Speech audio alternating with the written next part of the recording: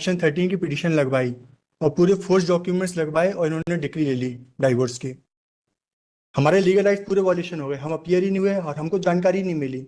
जब हमको जानकारी मिली तो हमने तुरंत इससे सर्टिफाइड कॉपी निकाली और हमारे नाम से किसी व्यक्ति को अपीयर करके हिमांशी सोनी की जो डेट ऑफ मैरिज थी उसको इन्होंने डिसॉल्व कर दिया। इसलिए हमारे पास केवल एक ही राइट है कि हम फर्स्ट अपील में आए। इंक्वायरी के लिए भी बोला उन्होंने इसी में। नेचुरली आप जाइए ना वहाँ इंक्वायरी करवाइए। हमने 340 फाइल under 33 days. बहुत ही serious allegation. There may be allegation also, but I have filed a reply also. I don't- respondent fraudulently Only 1 week time. obtained the impugned order। I am only praying for the 1 week time also. इन्होंने किसी और महिला को खड़ा किया वहां पे और सेक्शन 13 की पिटीशन लगवाई और पूरे फोर्स डॉक्यूमेंट्स लगवाए और इन्होंने डिक्री ले ली डाइवोर्स की। Appellate is also appear my Lord. Also, I am praying for only 1 week time to file. उसको तो दुनिया को कुछ बोलने ही नहीं देती किसी के। तो ये तो समझे ना मामला क्या है, क्या फोर्स डर क्या नहीं है, तो क्या इलाज है फोर्स डर है तो हाँ वो करो। आप नहीं थे, हम तो वहां अपीयर ही नहीं थे मैम। वहां पे हमने 340 फाइल किया और पुलिस को कंप्लेंट करी जो कि against the order of family court. There is only one option to file the first appeal my lord before this honourable court. हमारे लीगल राइट पूरे वॉल्यूशन हो गए, हम अपीयर ही नहीं हुए और हमको जानकारी नहीं मिली। जब हमको जानकारी मिली तो हमने तुरंत इससे सर्टिफाइड कॉपी निकाली और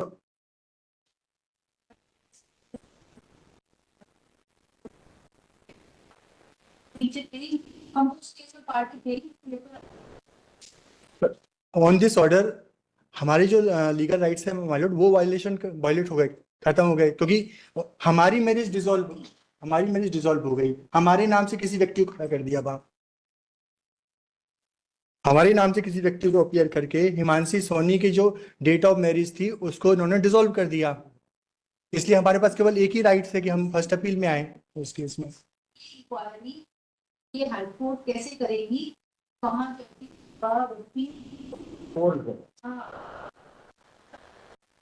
दिस इज द मतलब आई मीन ट्रायल और इंक्वायरी का विषय जी बिल्कुल एक सिमिलर मैटर है माय लॉर्ड। ये इलाहाबाद हाई कोर्ट का था, फिर सुप्रीम कोर्ट भी गया, सेम मैटर है, बिल्कुल सिमिलर मैटर। इसमें भी यही हुआ था कि किसी और को खड़ा करके उन्होंने डिक्री ले ली।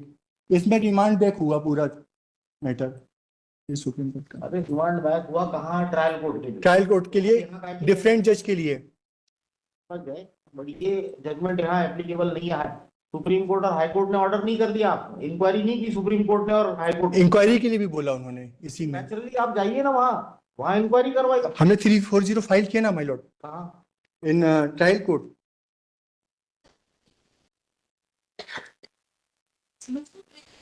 आपको लीगल पोजीशन मालूम होना चाहिए ना, क्या करना है नीचे। आपको खुद को पता नहीं और आप यहाँ पे अपील में आ गए और ये ग्राउंड ले रहे हैं। ये यहाँ इंक्वायरी नहीं होगी इसकी, वेदर इट इज फोर्स्ड और not. This is an appeal regular. बिल्कुल केस में रिकॉर्ड नीचे का आया है, उसी के बेसिस पे डिसाइड होगा। माय लॉर्ड, इससे परे नहीं होगी। My Lord. नीचे में तो आप थे ही नहीं, आप कह रहे हैं हम तो पार्टी ही नहीं थे, हमारे जगह कोई और व्यक्ति खड़ा था। माय लॉर्ड, जो भी उसने एडमिशंस किए या जो भी जिस भी तरीके से सपोर्ट किया उसमें हस्बैंड हम भी तो कोई प्रैक्टिकल देख करके एक ऑर्डर करेंगे, हम कैसे इसके पीछे जाएंगे। मेरे फ्रॉड के बेसिस पे हासिल हुई है, सूट लाना पड़ेगा। हाँ, नल इज वॉइड डिक्लेयर कराना गलत हो गई है, वहीं सिविल सूट फाइल होगा, यहाँ थोड़ी है। इंक्वायरी हमारे पास पहले फिर उसके बाद क्योंकि ये जो साइटेशन है उसमें उन्होंने, ये जो साइटेशन है सर उन्होंने इसमें सिविल सूट फाइल किया, इसमें उन्होंने सिविल सूट फाइल किया नीचे। वो सिविल पर आपने नहीं किया ना अभी तक। नहीं, वो ज्यूरिडिक्शन के बेस पे उनका डिसमिस हो गया, तब फिर वो ऑनरेबल हाई कोर्ट में आए। कोशिश तो की फाइल करके, ज्यूरिसडिक्शन के ग्राउंड पे डिसमिस हुआ, रिमांड हो गया जी। यहाँ तो फाइल ही नहीं हुआ अभी तक। तो इसमें क्या है सर, एक जो व्यक्ति वो शादी कर लेगा क्योंकि उसका कर लेगा तो क्या आप मेरिट पे भी चैलेंज कर रहे हैं क्या इसको? विद इन 3 मंथ, ये 3 महीने के अंदर सेक्शन 13 डिसाइड हो गया। इस चीजें समझना जरूरी होता है काउंसिल को। मैं समझ गया सर। हाँ। तो मैरिज को मेरी क्लाइंट को सही सलाह देना। हमारी मैरिज डिसॉल्व हो गई on the basis of order of family court.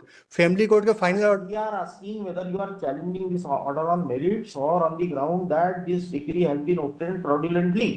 Please tell us very clear first.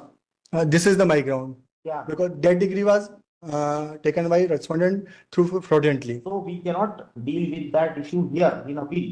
You have to file a civil suit for declaring that decree, judgment decree as null and void because it has been obtained by fraud.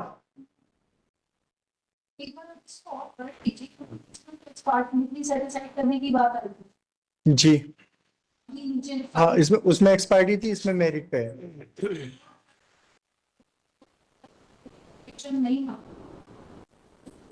इसको after 2 days रख लें तो उसमें से मैं study और कर लेता हूँ क्योंकि नहीं, after understanding will not adjourn the matter. Clear है?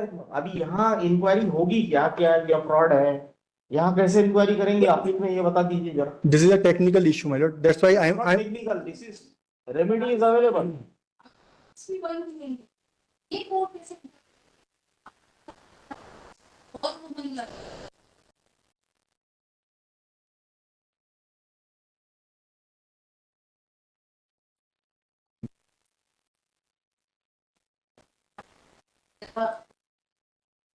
इसको रिलीज पे विचार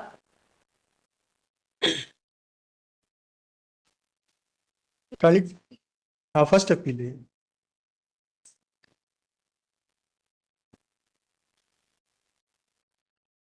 क्योंकि फैमिली कोर्ट के ऑर्डर के अगेंस्ट में नहीं, आप बेसिक क्वेश्चन ही नहीं समझ can you taken on next week my lord, मैं इस पे रिसर्च कर लेता हूँ। तो टेक्निकल इशू रिसर्च किया आपने, अपील मैं बनाया अभी किया ना रिसर्च, मैंने जजमेंट लेकर आया हूँ मैं, उसमें यही सेम जजमेंट आपके केस में एप्लीकेबल ही नहीं है। उसमें जजमेंट वो लाना पड़ता है जो अपने केस में एप्लीकेबल हो। उसमें इंक्वायरी का ऑर्डर किया उन्होंने, इसलिए मैंने अरे आप बेसिक फैक्ट्स ही नहीं देख रहे हैं, उसके फैक्ट्स अलग हैं, इसके फैक्ट्स अलग हैं टोटली। आप क्या देखते हैं? ऑपरेटिव पोर्शन, आखिरी में कोर्ट ने, सुप्रीम कोर्ट ने क्या लिखा, उनने कहा रिमांड कर दिया तो हमारा भी केस रिमांड हो जाए। फैक्ट्स बताओ ना, सिमिलर है क्या? उसमें एक्चुअली सर फैमिली कोर्ट्स का जो पूरे ऑर्डर सीट है वो उन्होंने डिस्कस की हुई है। फिर भी देखिए, आर्ग्यू करते रहेंगे, आप नहीं समझेंगे। तो सर इसको नेक्स्ट वीक ले लीजिए, मैं इस पे देख लेता हूँ क्या रेमेडी हमारे पास। Counsel for the appellant prays for time to satisfy this court as to how this appeal is maintainable on the ground of I gave you my heart.